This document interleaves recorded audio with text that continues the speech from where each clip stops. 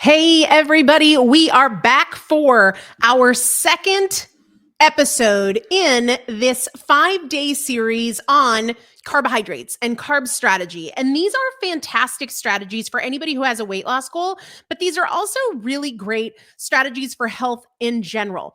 On part one, we talked about sunlight, and I think everybody understands that sun exposure is good and healthy. And I think the pendulum is swinging back a little bit from where sunlight was a little bit villainized, and we want to stay out of the sun and we want to block the sun, and everything has sunscreen in it, right? There was a shift towards any makeup has sunblock, and that's a good thing, and wearing hats and wearing sleeves and all of this stuff.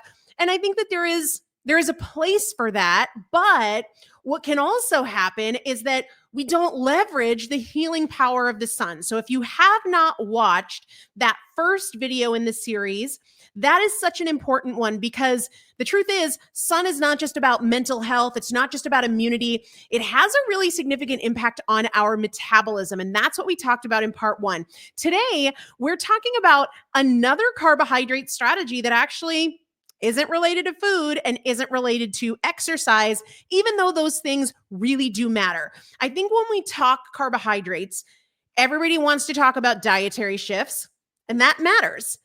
But it's harder to make those shifts for a lot of people, or some people feel like that's not where they're ready to start. And of course, when we talk about carbs, it makes a lot of sense to talk about exercise, and we're going to do that too. But I want to make sure that we have some of the foundational aspects of every day locked in and in place, so that as we make improvements and get more consistent with our nutrition and our movement, that we're getting the full bang for our buck. Today, I want to talk about sleep. And here's what I need you to know right off the bat. One night of bad sleep can dramatically impair your carb metabolism. And if you're like me, you might be thinking, great, I'm screwed because I have 3 little kids. And almost every single night, my 3-year-old gets in bed with me. And while my husband can just roll right over and go back to sleep, I'm up. Right? I hear his feet. I'm awake. I struggle to go back to sleep. So I feel like I have not been as well rested as is optimal in 5 years. But that doesn't mean that my carb metabolism is screwed. What it means is I need to adjust my carbohydrate strategy to account for irregularities or sub-optimizations in my sleep. Okay? Here's what the takeaway is before we get into the what and the how and the what we should do and how to adjust. If you're somebody like me who maybe your sleep isn't so reliable for one reason or another, one bad night of sleep can make your body act as though you're pre-diabetic or worse. So many people feel like they just are terrible with carbs, and if I so much as smell carbs, I'm going to gain weight. And a lot of that actually has to do with sleep. A lot of it has to do with sun exposure too. So I really want to make sure you don't skip day one.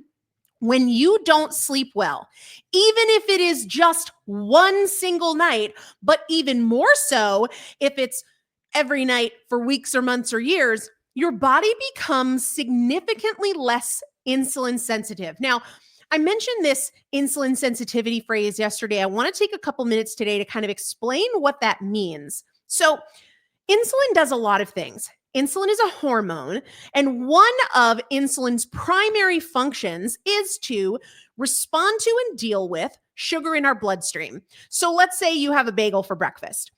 As your body metabolizes that bagel and the starch breaks down into sugar and the sugar goes into your bloodstream, insulin's job is to say, oh, hey, there's sugar in the blood. We need to get it out of there, because sugar in your blood can become toxic. If there's too much sugar in there, or the sugar is there for too long, or some combination of that, that is very dangerous to your body. That is toxic. That causes all sorts of circulatory issues and then some. Now, sugar can't just leave on its own. Think of it as needing an usher, needing a chaperone, needing a guide, and insulin is that guide. Insulin responds to sugar in the bloodstream, and insulin takes it to where it needs to go to be used or stored. Now, Insulin has several options. It can take it to your muscle tissue where it's stored in the form of glycogen for the next time you go for a walk or you do a workout. It can take it to the liver where it's also stored in the form of glycogen. Both the muscle and liver are limited storage spaces. So if that's full, either because of a high carb diet or lack of activity or some combination, the other option is that insulin can initiate that sugar to be converted to fat and stored in your adipose tissue, which is the science phrase for body fat. Now, if your body is not sensitive to the action of insulin, it means that insulin can't do its job as well or as quickly. And what that means is sugar stays in your blood for too long. That is a problem.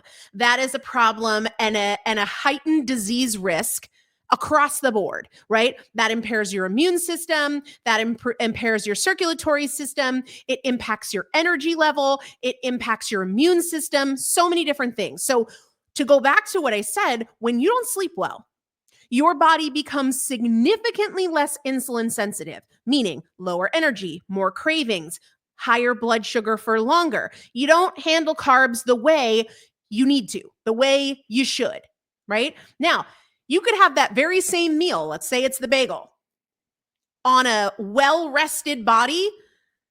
It's a totally different situation. About a year or two ago, I did an experiment wearing a continuous glucose monitor, and I saw the data in real time. I could have the same exact breakfast, and my blood sugar would be a very different story, elevated less and for longer, if I had a good night of sleep, and my blood sugar would react totally differently if I had a poor night of sleep.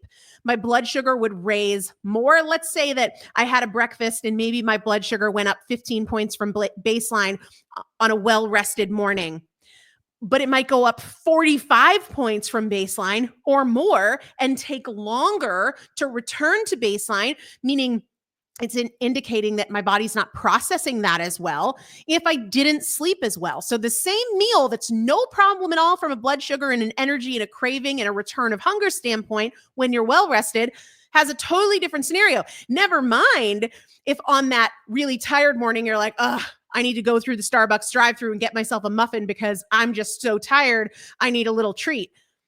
That's like a compound issue, making a bad situation even worse. Your metabolism truly can shift, truly does shift overnight in response to sleep. Now, let's geek out on some of the science here. A study in the Lancet found that one night of getting just 4 hours of sleep caused a 30% drop in insulin sensitivity the next day.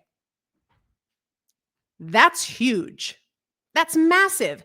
Your body just reacts like it doesn't even know what to do with carbohydrates. There's another study from the University of Chicago that found that 5 nights of sleep deprivation made our fat cells 30% less responsive to insulin, right?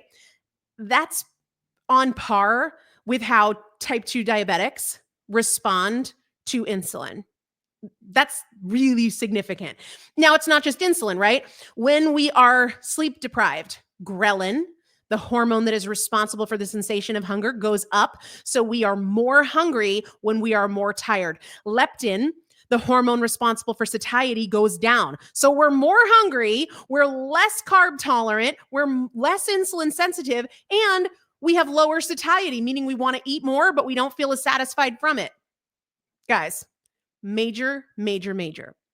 So what we experience is not only more hunger, not only more cravings, not only less satiety, but also moodiness, energy crashes, all of this because your insulin sensitivity is impaired and you're getting hit harder by things that normally you don't respond poorly to at all, not even factoring in the equation where we might feel more justified in getting that sugary latte because we had a bad night of sleep. That's actually the worst day to do that. That is the worst time to do that. So I mentioned the strategy piece of it because unless I just send my children to sleep someplace else, I'm going to have a lot of nights where my sleep is not optimal. Those are the days that I tend to be lower carb, especially in the morning. I am not saying carbs are bad, right? I'm not saying that you need to be on a low carb diet. Please hear me. I'm not at all. But I do think that it's important to recognize my carb sensitivity is just different on a morning where I didn't have the greatest night's sleep. So that's the morning where maybe I'm going to do eggs for breakfast, or maybe I'm going to do a protein smoothie or plain Greek yogurt, and maybe I'm going to skip the blueberries in it, or save them for later in the day when naturally, because cortisol is a little lower, maybe because we've gotten some of that sun exposure, our insulin sensitivity is improved from that morning time. So those are great days to be just a little bit more strategic with your carbohydrate consumption.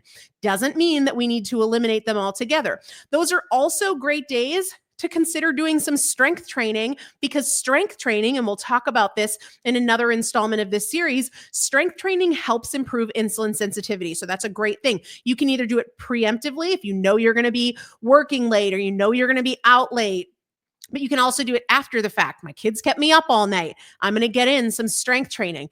You also can try doing a little bit of resistance training before bed, even if it's just body weight squats or some push-ups in your bedroom or in your bathroom. That is going to activate your GLUT4 transporters. These are inside your muscle mass, and that helps with carbohydrate absorption, insulin responsiveness, and it can, to a degree, offset a little bit of that impairment that comes from lack of sleep.